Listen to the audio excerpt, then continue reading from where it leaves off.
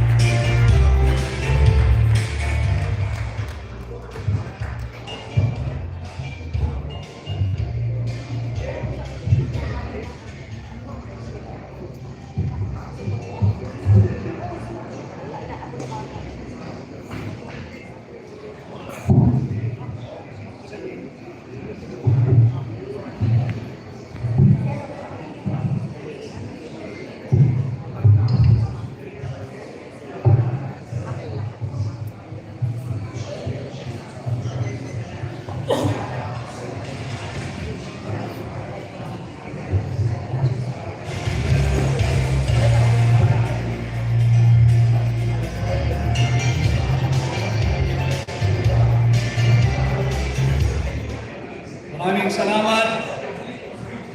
Magandang hapon po sa inyong lahat. Maayong hapon kanatong tanan. Assalamualaikum. Yun ang hindi ko na isulat, mga bebot. Tanggapin mo na lang ang aking pagbati sa lahat ng Ilocano. Good afternoon po sa inyong lahat. Mahal ninyo, mahal nating lahat ang Pilipinas. Mahal natin ang Pilipino. Kung kaya naririto tayo kahit araw ng linggo, nagsasama-sama sa paglulunsad ng Save the Philippines Coalition. Wala. And in this afternoon's event, I am tasked to share my views of our national situation at this critical juncture of our republic. Lahat tayo ay mulat sa nagaganap sa ating bansa. But just the same, pag-usapan muna natin ang ating ekonomiya. Under Bongbong Marcos Jr., our country has sunk and the economy has taken a serious and solid hit due to massive corruption and looting of people's money, looting of public funds. These are not my words. I'm just re-echoing the words of no less than his fellow leader, the President of South Korea, President Lee Jae-myung. This was his word when he justified his decision, his government's decision to withdraw that 28.8 billion pesos loan granted to the Philippines. Binawi niya ang pautang na yan dahil sa massive corruption at looting of public funds na nagaganap sa ilalim ng administrasyon ni Bongbong Marcos Jr.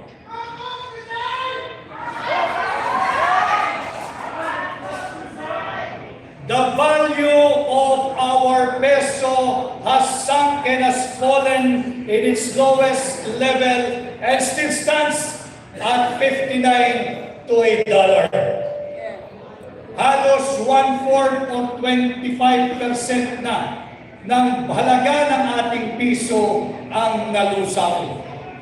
Parang kailan lamang noong taong 2022, nasa 55 pesos pa ang palitan ng piso kontra dolyar. Matapos lamang ang 3 taon ni Bongbong Marcos nasa 59 pesos na ang halaga ng palitan ng piso kontra dolyar. Ang ating third quarter GDP is at a miserable 4%, the slowest growth in over 4 years, below market expectations, and even the government's target range. Sinabi nga ng direktor ng Ateneo Center for Research and Development na si Ginoong Sir Percival K. Peña Reyes, and I quote, Manay, sa Manay. "Because investors' confidence has been shaken. Foreign investors are pulling back. This scandal," referring to the flood control fund scandal, referring to the Bicameral Conference Committee report scandal, referring to the illegal, invalid, immoral, criminal, unconstitutional 2025 national budget has created a mix of political risk, uncertainty, and social unrest. It threatens investment grade rating and undermines our medium-term fiscal framework. Ang GDP, mga kasama, ay ang bilang ng produkto at serbisyong nanalilikha ng isang ekonomiya. Alam na alam ito ng mga kasama natin sa labor, sa hari ng manggagawa, kagaya ni Atty. Jimmy Mirales. Ang GDP ang isang ginagamit na pamunahing panukat at sumasalamin sa pangkalahatang kalusugan ng ating ekonomiya at investment confidence. Ito ay kasalukuyang matamlay. Ang ating ekonomiya ay mahina. Ang ating ekonomiya ay dahan-dahan nang nalulumpo. Dahil na rin sa iskandalo na nagsimula sa pangingialam ng Executive Department sa paglulustay ng pera ninyo gamit ang ating taunang budget. Paulit-ulit kong sinasabi kapag tayo na bibigyan ng pagkakataong magsalita. Ang punot dulo, ang simula't katapusan, ang ugat ng lahat ng korupsyon sa ating bansa ay nagmumula sa ating taunang budget. Nasa budget nakaangkla, nasa budget nakaugat ang lahat ng uri ng korupsyon, subalit lantaran, talamak at higit na garapalan sa ilalim ng Marcos Jr. Administration. Sinimulan niya ito sa pagpirma. Sinabi na namin, ibinunyag na ni Congressman Sig Ungab na napakaraming blanco diyan sa panukalang budget, diyan sa Bicameral Conference Committee report ng 19th Congress. Naghalinghinan sa paggagahasa sa pera ng taong bayan si Congressman Saldico, dating chairman ng appropriation, at ng kanyang kapalit si Congresswoman Stella Kimbo. Hindi natitigil dyan sapagkat meron din silang kahalinghinan sa panggagahasa sa pera ng mga Pilipino. Pagdating naman sa parte ng Senado, ang chairperson ng Finance Committee, walang iba kundi ang dating Senadora Grace Poe. Subalit sa kabila ng pagbubunyag na ito, pinirmahan, inaprubahan pa rin ni Bongbong Marcos ang illegal, invalid, immoral, criminal at unconstitutional 2025 national budget na siyang nagbigay daan sa daluyong ng kurakot, sa daluyong ng korupsyon, sa daluyong ng panggagahasa sa pera nating mga Pilipino. Linulustay gamit ang flood control funds anomaly, gamit ang those flood control projects, gamit at ang pang-aabuso sa social at health funds, gamit ang sikat na ayuda. Ang tawag ay AIX, ang tawag ay AKAP, at kung ano na pa. Wala naman silang naidulot na buti sa ating ekonomiya. Ito yung ginagawang pangbubudol na justification ng Marcos Jr. administration. Akala, bakit ninyo tinututulan ang AKAP, ang AIX, ang ayuda? Ito'y ayuda ibinibigay sa ordinaryong tao upang humigit ang pag-ikot ng ating ekonomiya. Buti sana kung gano'n ang naganap. Subalit, kagaya ng aking sinasabi, ang pagkakaunawa para nila sa AKAP ay ang kakapal ng aming pitaka at binulsalan ang perang dulot ng ayuda. Ang ating approved foreign direct investments, ito ay bagsak na rin sa halos 50% dahil pa rin sa iskandalo na kinakasangkutan mismo ng Pangulo ng Republika ng Pilipinas, mismo ni Bongbong Marcos. Sinong makakalimot sa naging tahasang pahayag ng kanyang dating tauhan, ng kanyang bataan, ang kanyang chairman ng appropriations? 25 billion pesos ay kanyang inihatid at ibinigay kay Bongbong Marcos. Bukod pa riyan, ang 100 billion pesos na insertion ng tanggapan ng Pangulo. Hindi tama ang paggamit sa pondo nating mga Pilipino. Kaya hindi nakakagulat kung bakit matamlay, tila lumpo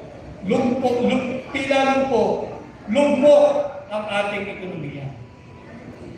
Bukod dito, bukod sa napakaraming maling polisiya ng Marcos Jr. administration, hindi rin nakakatulong ang mga irresponsable at mapangahas na nagiging pahayag ng mga opisyal ng Marcos Jr. administration. Banggitin ho natin yung naging pahayag mismo ng hepe ng Sandatahang Lakas ng Republika ng Pilipinas. Sila raw ay kasalukuyang naghahanda. Sinasanay ang kanilang hanay para sa isang digmaan. At ang kanyang strategiya ay tumagal lamang ang pwersa nating mga Pilipino ng 30 araw, dahil bago dumating ang 30 araw, darating na ang saklolo, ang reinforcement, ang ayuda galing sa banyagang pwersa. Yan ang kanyang estratehiya. Hold the line and preserve the troops. Wala siyang estratehiya na talunin kung sino man ang gusto niyang digmain. Ang kanya, wag lang maubos ang ating mga sundalo at patagalin lamang ng 30 araw in the hope na may darating na tulong mula sa mga banyagang puwersa. Hindi rin nakakatulong yung pagbubukas ng bibig. Kilala naman nating lahat kung sino yung mistulang Lucaret sa Malacanang.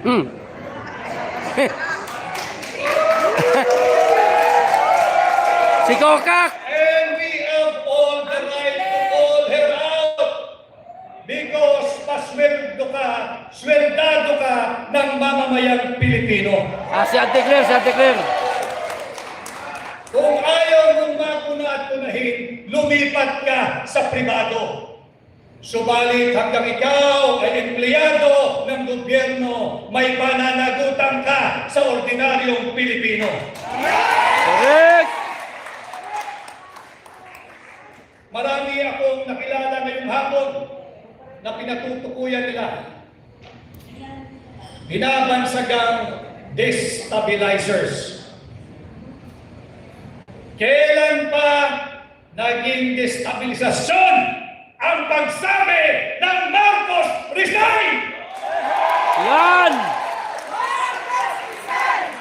Marcos resign! Marcos resign!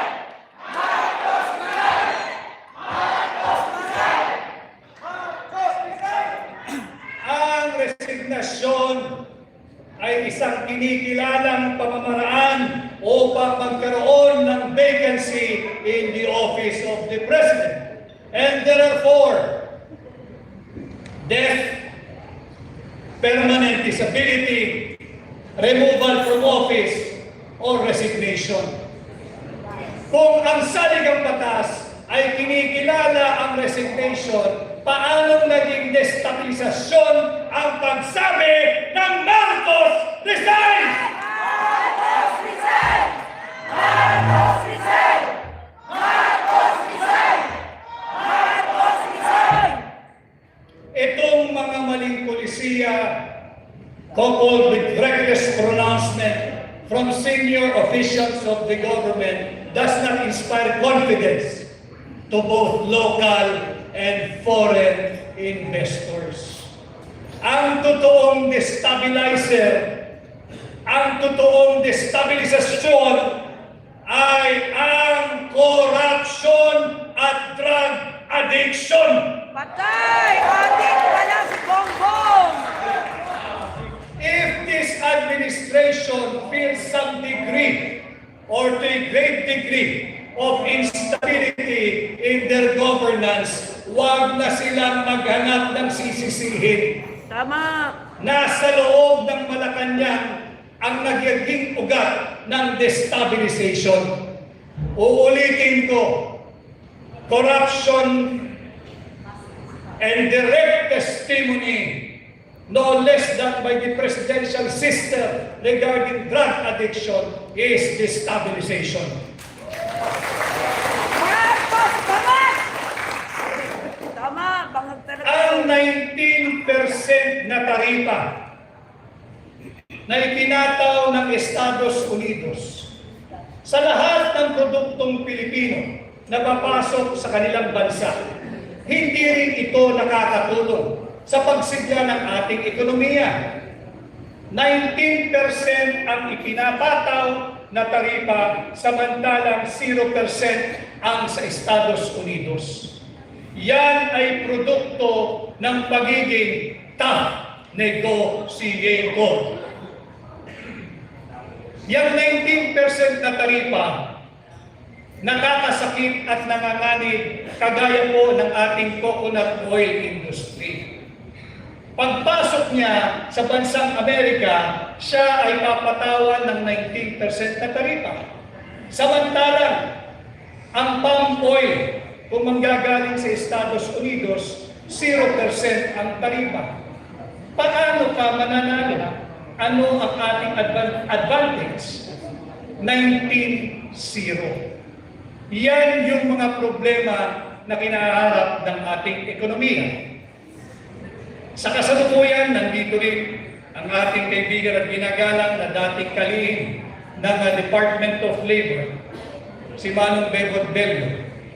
Ang BPO industry at overseas Filipino workers, remittance, ang nananatiling angkla ng ating ekonomiya.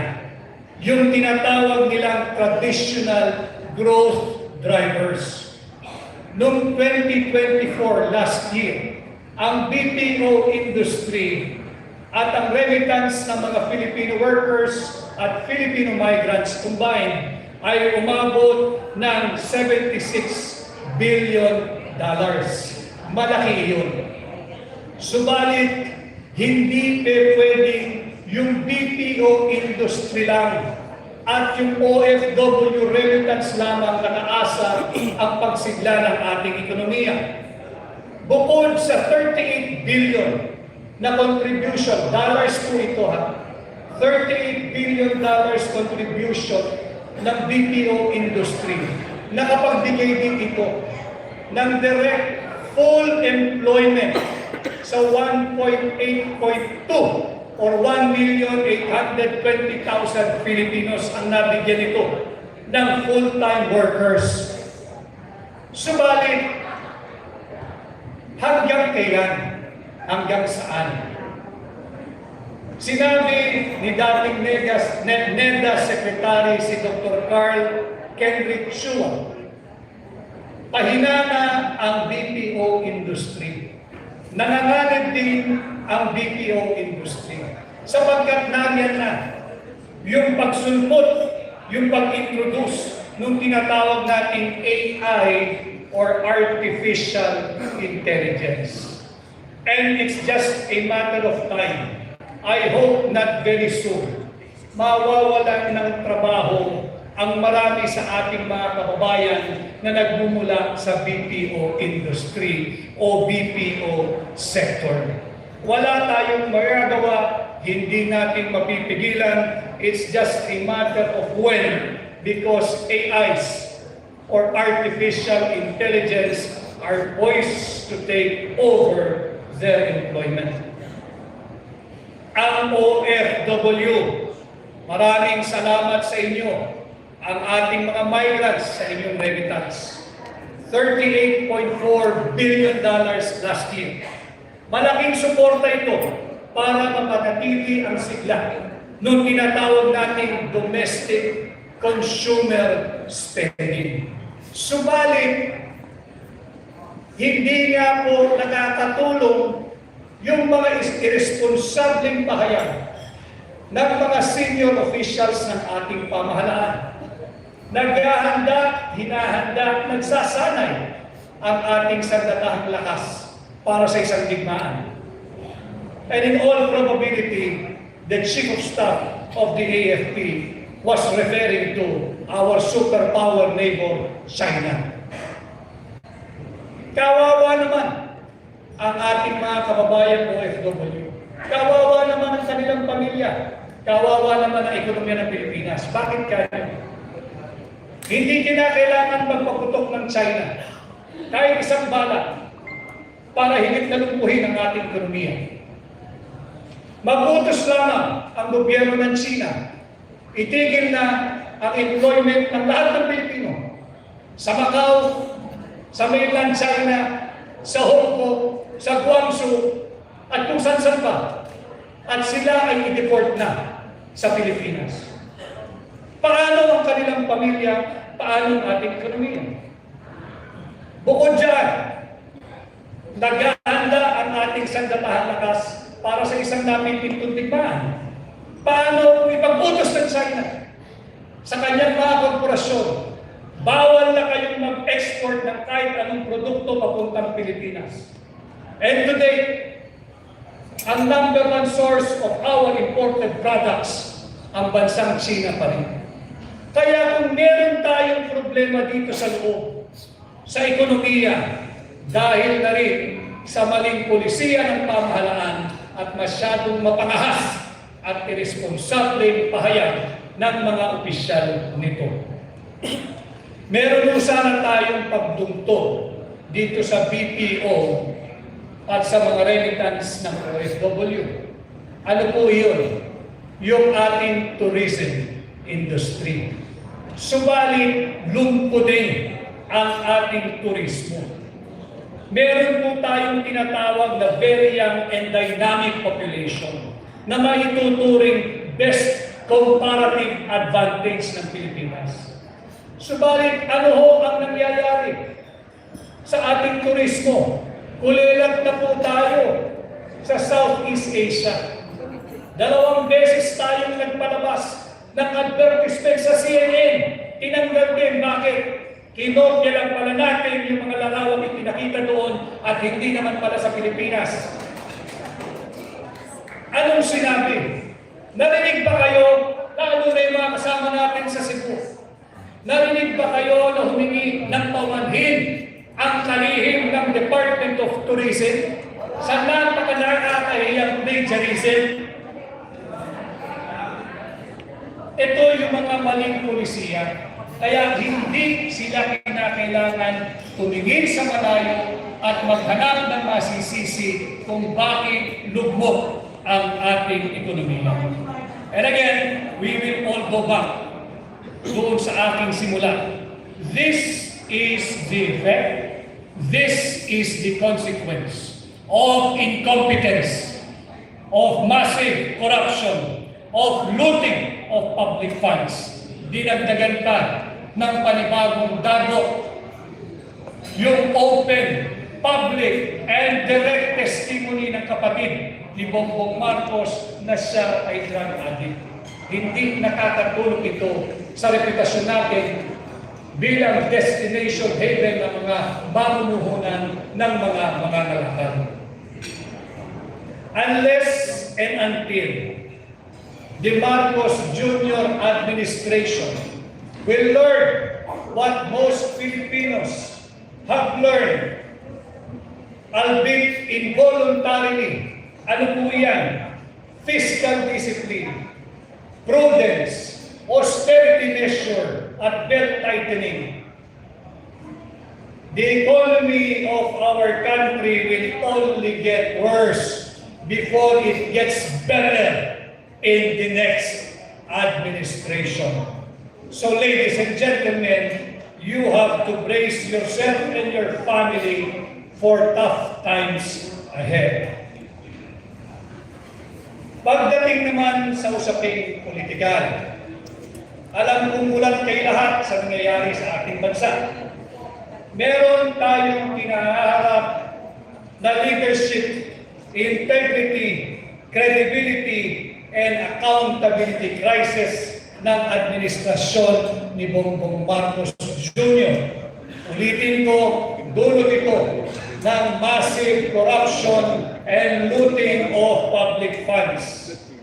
Bukod dito, nabuksan muli ang issue ng drug addiction dahil sa naging bukas na pahayag at publikong testimonya na base sa kanyang personal knowledge, base sa kanyang personal experience, base sa kanyang personal na pagkakakilala sa kanyang kapatid, ang ate o ang manang ni Bongbong Marcos. Ano ang tugon ng lokaret sa palasyo? Hearsay yan. Hindi totoo yan. Paninira yan. Walang maaaring sumagot nito kung hindi ang pagkakaroon ng isang open, fair, transparent, public, and credible hair follicle practice. Hindi ito correct. Sinabi nga nung kapatid, bata pa lamang kami. Ang haba ng kwento niya. Bata pa lamang daw sila ay gumagamit ng kanyang kapatid. Hindi kayo, hindi ako, hindi yung lukaret. Ang may personalidad, pasinungalingan niya. Bakit? Bata pa daw sila eh. Nakita niya eh. Naranasan niya kung ano ang buhay ng kanyang kapatid. Kaya lalong lumalakas, nakakabingi na ang panawagang sumailalim sa open, fair, transparent, and credible hair follicle drug test. Dahil dito, sa aking pananaw, wala nang anumang moral at legal ascendancy ang tanggapan ng Pangulo. Kung kaya't palakas ng palakas ang sigaw ng sambayanang Pilipino, Marcos resign! Marcos resign! Marcos resign! Marcos resign! At habang lumalakas ang sigaw na yan, lumalakas din ang nerbiyos ng mga alyansa na once upon a time ay hindi natin naisip na magsasama-sama, na ngayon ay isang organisado, well-oiled at well-funded machinery, discrediting no less than the office of the Vice President, discrediting Inday Sara Duterte. Ito yung tinatawag na mga hilaw na dilaw. May tunay na dilaw. Ito yung mga nakipaglaban nung panahon ng martial law. At meron pa rin ilan na lamang sila. Subalit, hinahijack ng mga hilaw na dilaw ang tunay na naratibo ng mga tunay na dilaw. Ang tunay na dilaw ay nakipaglaban para sa ating demokrasya. At ang bunga niyan ay ang pagpapatalsik sa Marcos Senior Administration. At ang bunga niyan ay ang pagkakaroon natin ng tinatawag ng mga tunay na dilaw na Cory Aquino Constitution, the 1987 Constitution. Sa mga tunay na dilaw, yan ay sagrado. Subalit, sa mga hilaw na dilaw, sa mga makakaliwang grupo, sa mga kakampit, at sa mga bagong Pilipinas na alyansa, sasagasaan nila, ibabasura nila, kahit sunugin pa nila ang ating saligang batas, huwag lamang matupad yung malinaw na garansya dyan pagdating sa constitutional succession. Yan ang pwersang nagsasama-sama ngayon. Alam naman natin lahat sa bulwagang ito na yung pagsasama yan, yung pagsisiping na yan ay pansamantala lamang. Tinitiis nila ang kanilang sangsang, ang kanilang baho, ang kanilang masamang amoy upang mayurakan, ibasura at wasakin ang Cory Constitution, ang ating saligang batas. Handa nilang isang tabihan, handa nilang isang tabi ang diwa ng ating demokrasya upang isulong ang iligal na layunin at hangarin na pigilan at wag maging Pangulo si Inday Sara Duterte, maging ito man ay sa pamamagitan ng isang tapat at malinis na halalan o di kaya sa pamamagitan ng constitutional succession. Pati ang ilang elemento sa loob ng simbahang Katoliko nakakabingi ang inyong katahimikan. Yun, correct. Lantaran na ang isyu ng korupsyon. Lantaran na at bumalik-balik ang isyu ng drug addiction. Ang drug addiction ay hindi lamang krimen. Ito'y isang brain disorder. Sakit sa pag-iisip na naglalagay ng maraming katanungan kung tama pa ba ang disposisyon at desisyon ng taong muling pinaratangan at pagbibigay ng testimonya mismo ng kanyang kapatid na siya ay mayroong problema sa drug addiction. Hindi po simpleng bagay ang usapin niya. Bakit? Nakasaad sa ating saligang batas, Article 3, Section 7, the right of the people to information on matters of public concern shall be recognized. Hindi ba public concern ang katanungan kung drug addict ba ang Pangulo o hindi? Hindi ito pwedeng sagutin sa pamamagitan lamang ng isang missing aso o kaya pahayag ng lokaret sa palasyo.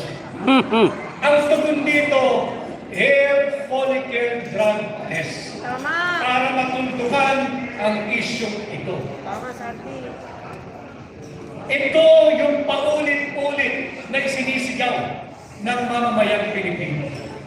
At itugtong natin dyan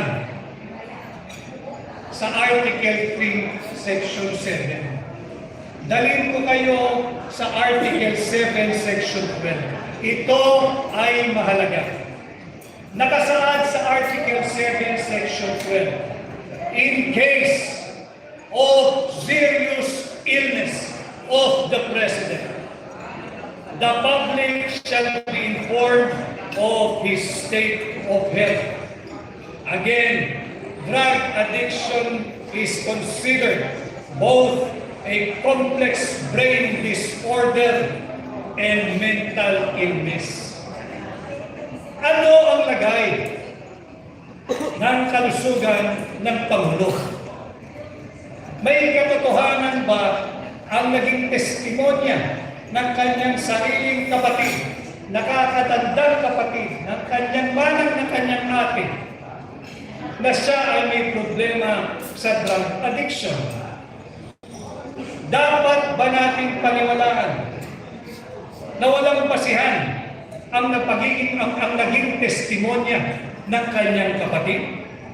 Kamusta ang kanyang mental health? Nasa tamang kaisipan pa ba ang Pangulo? At dapat bang pagtiwalaan ang kanyang mga desisyon, disposisyon at pahayag? Again, these are all legitimate issues and questions that must be answered because we, the Filipino people, are the sovereign power, and as the sovereign power, we have the right to ask, we have the right to an official reply, and we have the right to information on matters of public concern, especially on matters of the state of health of the President. Kaya ho natin binabanggit ito sapagkat ang dami na rin usapin patungkol sa ating independent foreign policy. Kasi nga ho, ang drug addiction ay isang problema sa pag-iisip, mental health issue. Kaninong foreign policy ba ang ating isinusulong? Foreign policy ba at interes ba ng Pilipino o ng ating mga banyagang aliado? Article 18, Section 25, malinaw. Bawal ang anumang base militar, bawal ang anumang tropang militar, bawal ang anumang gamit at pasilidad na militar sa kahit na saang sulok ng ating bansa. Sa ating pagkakaalam, mayroon siyang na deklaradong rights. Yung deklarado, yung hindi deklarado. Ito ay paglabag sa ating saligang batas. Bakit ito hinahayaan? Again, I bring this up to you in relation to the health, especially the mental health of the Commander-in-Chief and his seemingly aggressive stance and war rhetorics against China. Instead of exploring a diplomatic means to diffuse and de-escalate the tension in the South China Sea, tila sinisilaban pa niya. How is this state of health?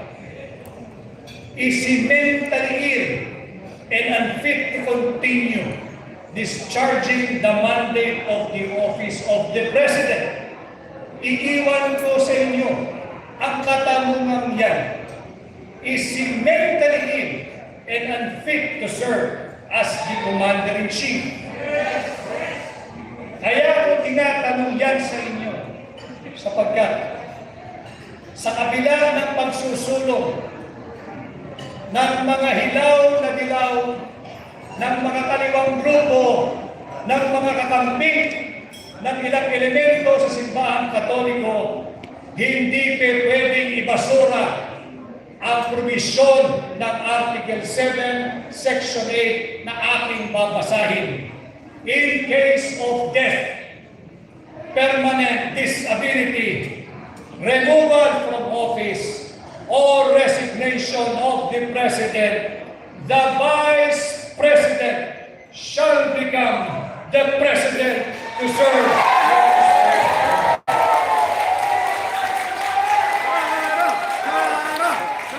Iniwan ko sa inyo ang mga katanungan yan at iniwan ko sa inyo ang mga probisyong yan ng ating saligang batas upang huwag tayong pumayag na yurakan, tapakan, ibasura at sunugin ng mga grupong ito ang ating saligang batas. And this, ladies and gentlemen, is how I view from where I sit our current national situation. Maraming salamat at magandang hapon po.